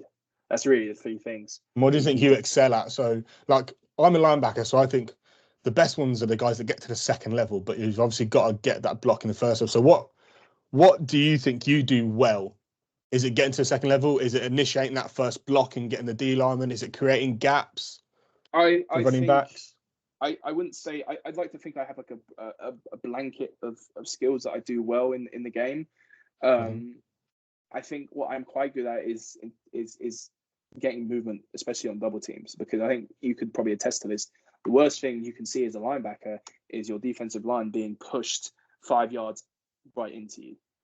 And I think I'm quite good at having that sort of momentum. So it's so important to sort of, when you are blocking someone, you're engaging in the block, whether it's a single block or a double team, you have to be able to keep your feet moving through contact. And I think some guys just aren't able to do that. And I don't think it's an ability issue. I think it's just not getting the practice and doing it enough. Getting good, especially when you go against good opposition, it's not good enough just to position block, to try and push them out of the way. You have to get vertical push. So I always think like I'm quite good at that. Keeping my feet moving and keeping my pads low, so you get that impact, get underneath the defensive lineman, and you're able to try and drive them back. It doesn't always work, obviously, but I think that's something I've learned how to do the last 3 or 4 years now, where in Saarland, Potsdam, and Hamburg, where I played, we were all heavy run teams, and we also led the league in rushing, so we were all able to sort of do that. And obviously, then the running backs have to be pretty good too to read your blocks. I think you're too humble, because I would say it's athleticism, because I think most O-line movements aren't natural, because instinctively when you push, you want your legs behind you and everything in front of you, whereas O-line, it's kind of, you're still upright with your legs sunk. So I'd say it's definitely a skill that you need to learn, but there's definitely some natural ability or flexibility within that you obviously present. Another one here about football. Sorry, is there something you want to add to that? No. It's just the same. The question is, what do you look for on film when scouting opponents? So I always try and watch, and I mean it's something Keanu said last week as well. Always try and watch as much film as possible. I think what I normally do is I'll sit and I'll watch the game once. I won't watch the offense. I'll just watch it on huddle. I'll watch the defense.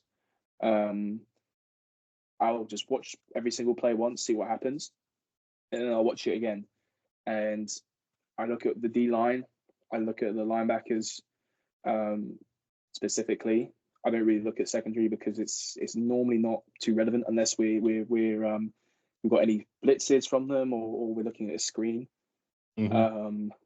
So yeah, I really look at the box, and then you just sort of see firstly what they do in terms of a defensive scheme, and then secondly is how they play. So you look at alignment, you look at specific, first and second and third down, what they run, what kind of front they'll present, special fronts, whether they blitz, whether they run a bear, something like that. And then you look at how they play. So the end, he likes to play tight to turn a tackle. He doesn't rush upfield on runs. So when you pull, you're gonna have to log him, or you're gonna have to stay real tight to try and kick him. We know that linebacker likes to bite heavy on the run. So in run plays, expect to see him quite soon, to come off the double quite soon. And then in pass plays, if we run play action, expect him to sort of be in your face. And it goes for both, good things. So you identify who the threats are, but then you also identify the weaknesses. Okay, so this nose tackle, for example, he's 350 pounds and he's out of shape. So we're going to be able to exploit him. He plays high, so we're going to get good push on him, like that. So it's just, and I think film is such an underrated part of people's games, because in the UK, a lot of people don't have access to good film, especially at O-line. It's the amount of times I see highlights of people, and it's from like a bloody sideline angle of Mhm. a GoPro, and you're like, well, how the hell are you meant to improve off that? How the hell are you meant to scout off that? It's just like I can't see Yeah. nothing. You know, you And bad raindrops O-line on. play. I find it really hard to read when the O-line's bad. Like when I go from GB, yes, the play and being able to make a play is a lot harder, but I can kind of tell what's happening because the O-line know what's happening. Because of the Whereas when film you've as got, well, though. You can see I if don't you've watch as got much good film film. as much as I should do. Really. Yeah, You I'll can change. cut I that promise. cut that bit out. Cut that bit out. No one needs to know. Well, we can always say that I've gotten as far as I am now without watching any film. So it's only up when I start watching film. But one question for myself, because I need all the help I can get. What behavior, movements, what would make you be concerned about a linebacker? Like what would show up on film and be like, okay, this is something that we need to worry about? So I think so. I mean, again, Keanu said it last week. But arguably, one of the best linebackers in Europe is AJ Wentland at the moment, and that's because his ability to read the game, but also just the way he plays. He's fast and he's physical. He's not. And this is something when I got first played against him. He's not the biggest sort of like thumper, which I thought I'd expect. But he's able to read gaps, and he's able to shed blocks pretty well. Another guy that I don't think gets as much credit as AJ is a guy called Zach Blair. He's played all around Europe. He's an American guy, but he's someone that, like, as for a linebacker yourself, is someone I'd consider watching because he's very good at reading what the play is, and he's very good at sort of reacting to it because that's what it is. Football. It's just defense is reacting, isn't it? Yeah. And I think for you, where that would help you is from watching film, okay, in this situation they're going to probably run this, so it limits what you have to react to, doesn't it? Exactly. So you can expect them to run this. And there was another guy who I actually played with at Potsdam, a guy called Lucas Ruos. He's from Switzerland, and he played, I think, Division 2 college, and he did a stint in the CFL last year. But he was a guy that watched so much film because he could tell by the way the O-line were sort of just in their stance, you could tell exactly what the play was going to be because he could say, he's leaning a little bit to the left, it's going to be a run left. He's leaning backwards, it's a pass play. And I remember doing my mid-season highlights that year, and he predicted most of the plays because of the way I was sort of in my stance. Wow. Yeah. So that's it's people like that you have to account for because obviously they're athletically gifted, but they also know the game so well that they're able to sort of use that to their advantage and blitz down. You can see I'm going to pull, so you know exactly which gap to hit. Come round from where I've left that gap and get a 2-3 yard TFL. Okay, third question. Best player you've played with and favorite teammate you've had. So I suppose it's a double entendre. Yeah, I know who sent that as well because he told me he's going to send that. And he also told me he's going to send something outrageous as well. So I'm expecting that one. So yeah, it's best player is tough because it's hard to compare different positions because you're comparing apples to oranges. I've been really lucky to play with so many guys. Is it not just one that stands out that was better than everyone else? It's hard because 1 year we had a really good, I played with Glenn. Glenn was a great player. But then I've also played with some defensive guys at Hamburg who were like monsters. You had Kasim Edebali, played in the NFL. Evan Jabo's freak of nature. I've never seen someone that big move that fast. You had Tim Harney as well from Switzerland. He was great. And even in Italy, we had Gene Constant. We had Luke Zaradka. All these guys that were really good players, but they played different positions. I think maybe arguably the most talented team I played in was in Potsdam because the amount of guys, like we had a lot of imports and the amount of talent we had was really good. But I want to say, I think maybe one of the best players we had was maybe at Nottingham. I want to say maybe Robbie Rowell from Nottingham, because he did a lot on that offense. I think that people don't realise. He carried a lot of the offense. Him, and then defensively, I would again say Nottingham. But I think we had a guy called Elijah Lewis who played D-line from America. He played in New Hampshire. He was really good. Like really like good for me as a player to have against, because he was so bloody good. So one-on-ones, like, you get cooked, but you learn something from it. Best teammate. Oh, I know who answered the question, so I've got to give him a shout out. Henry, great teammate of mine. I love that guy. So funny as well.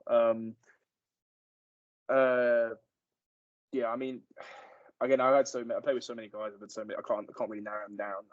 I think I do want to shout out the guys at Nottingham though, because that's where it sort of started for me, and that sort of helped me get through uni. I think playing American football, join the American football team. So those old guys, a guy called Rob Stone, he really helped me through it. He played O-line. Robbie Sterling, Pat Daly, those Tamworth guys, great teammates of mine, great friends of mine. Simon Stockwell as well, another guy I played with, great guy. Old man Stockwell. Okay.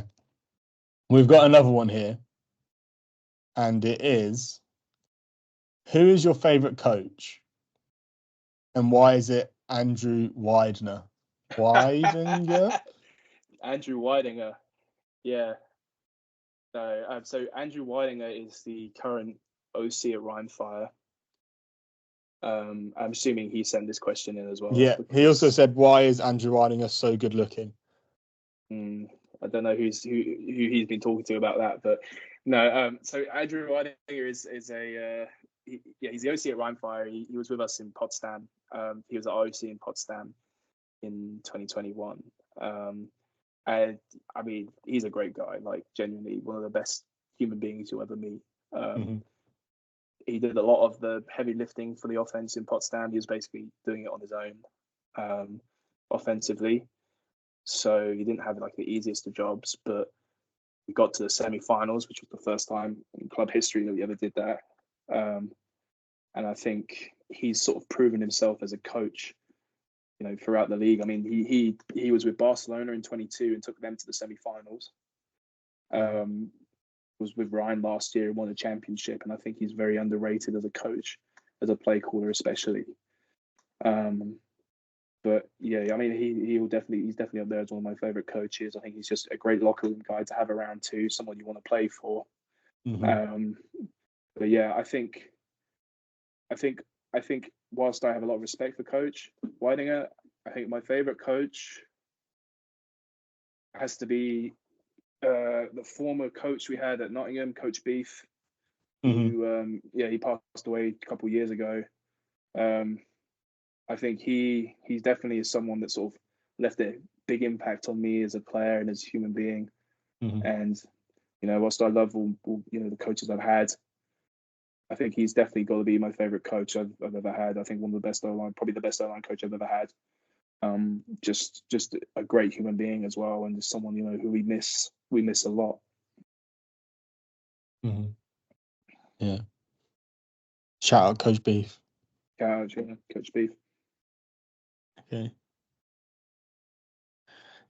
I don't know whether this question is going to be offensive to you or not, but someone asked, how was you able to stay at guard when all good offensive linemen get moved to tackle? Because I'm too short to play tackle. That's basically it, really. Is that the simple answer? Yeah, I don't have that length. I mean, I played tackle at uni in the 21-22 year. But the year after I had to move to centre because of injuries. But yeah, normally it's just because I'm too short. Little arms, isn't it? I don't have that reach. So if you got some gangly DN with a 6'4" long ass arms and gonna pull me, what can I do? Yeah, it is what it is, isn't it? But guard's easier though. Guard's fun too.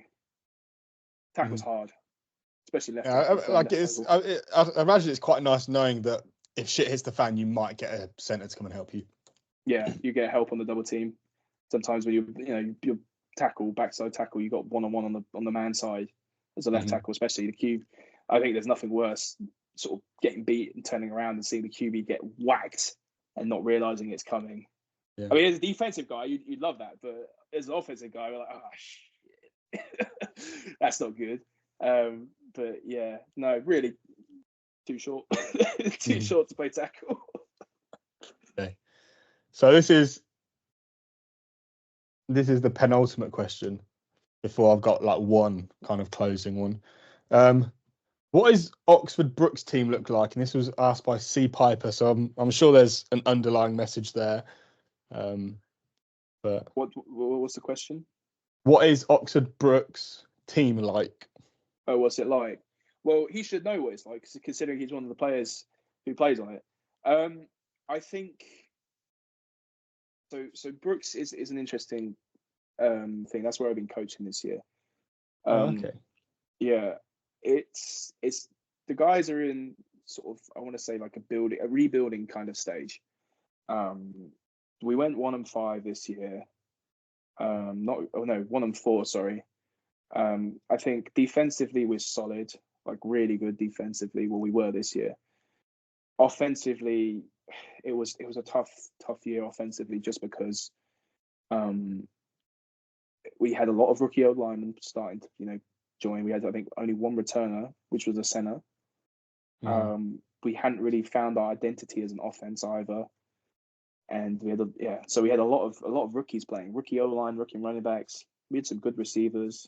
QB was okay in parts, but yeah, it was a bit of a struggle offensively because we just couldn't move the ball. I think offensive line is the backbone of any team, and especially the offense, and especially uni. Like, I remember when at my uni, I was bigger than most of my O-line, if not taller and heavier. One of the two. Like, so when you've got 5 guys that all are under 100 kilos, and there's like, everyone wants to be a defensive end, so like all the guys that lift and stuff like that, and then you're kind of just left with what's left of the people that go to O-line, which is a shame, unless there's people that have been encouraged and moved that way. Give credit to those guys on the O-line, though. They battled through it. For sure. It's not definitely not easy. But the thing is, it was good for me to see as a coach was, especially in the pass game, every single game, we had more and more time in the pocket for the quarterback. We were developing more and more in the pass game, especially getting more and more time for our QB to throw the ball. So there was definitely improvements. And like I said at the start, like playing O-line is hard. It's not an easy thing to do. It's not a natural position to play.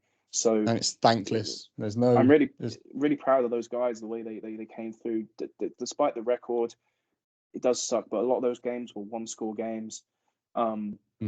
And I think with a sort of a summer season under their belt, they'll come back next year and they'll do a lot better. I don't know if I will be there next year coaching, just because of, I don't know where I'll be as whether I'll still be living where I am. So if I am still living here, yes, I will probably come back and help out. If not, then unfortunately I can't. But I think next year will be a lot better year for them. And there's a lot of talent there. And I think because it's Div 2 Uniball, it gets overlooked. But there's a lot of talent down there. It just needs to be put in the right place. For sure. What notable talent? You've got Neill Ashworth. Yeah, Neill Ashworth, he's down there. Just gone to Saarland as well. Yeah. Okay, the final user submitted question. If you get put in for a QB dive, how do you end up being pushed out to the sideline? Can you guess who's asked this question? I think Simon might have asked that one. I think you are correct. Let me just check and make sure it was. Yes, it was indeed. Right. So what happened was, we were playing a JV game against Coventry one time, and because I was filling in at O-line, Jason said, "Okay, you can have a go running the heavy formation that we run at Nottingham," and it was a wedge. Now I thought I saw penetration up the middle, so I thought I'd trust my speed and bounce it outside. Now, obviously, I'm not very as fast as I should be. So I did get tackled for a couple yard loss when I tried to bounce it outside. So I'm just saying what I saw. But yeah, I might have made a bit of an error in trusting my speed over the fact that I could have just probably just jump over the middle and maybe score. But thank you, Simon, for making me relive my shame. Was Simon one of the people that was meant to be blocking? You know what? He might have been. I can't remember. Well, then it's his fault that the penetration came up the middle. Yeah, let's blame Simon anyway, even if he wasn't playing. Okay. And my final question before we end, because this has now been a nearly 2-hour podcast. Yeah. What's your best tip or life hack to just make being an adult easier? You can relate it to football if you'd like, or if you've just got a general one that kind of you fall back on that kind of helps keep you ticking over. Don't panic, really. Don't panic about things. Mm-hmm. You know, always stay calm and collected. Just try and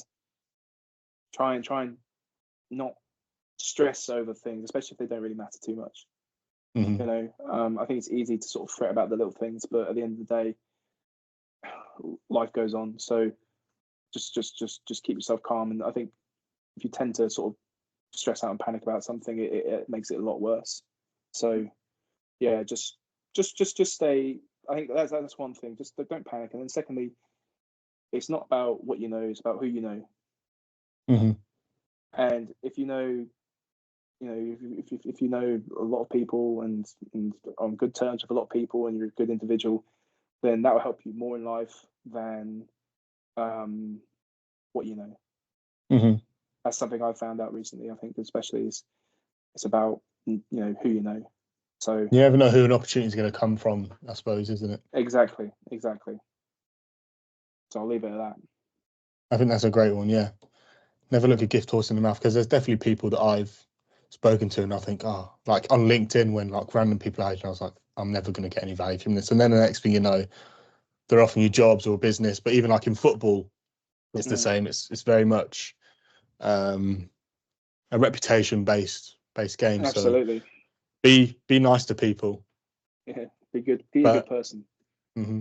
Well, Lewis, I think that's the end of our episode. Thank you very much for talking to me. I've really enjoyed it, and you've shared some amazing experiences.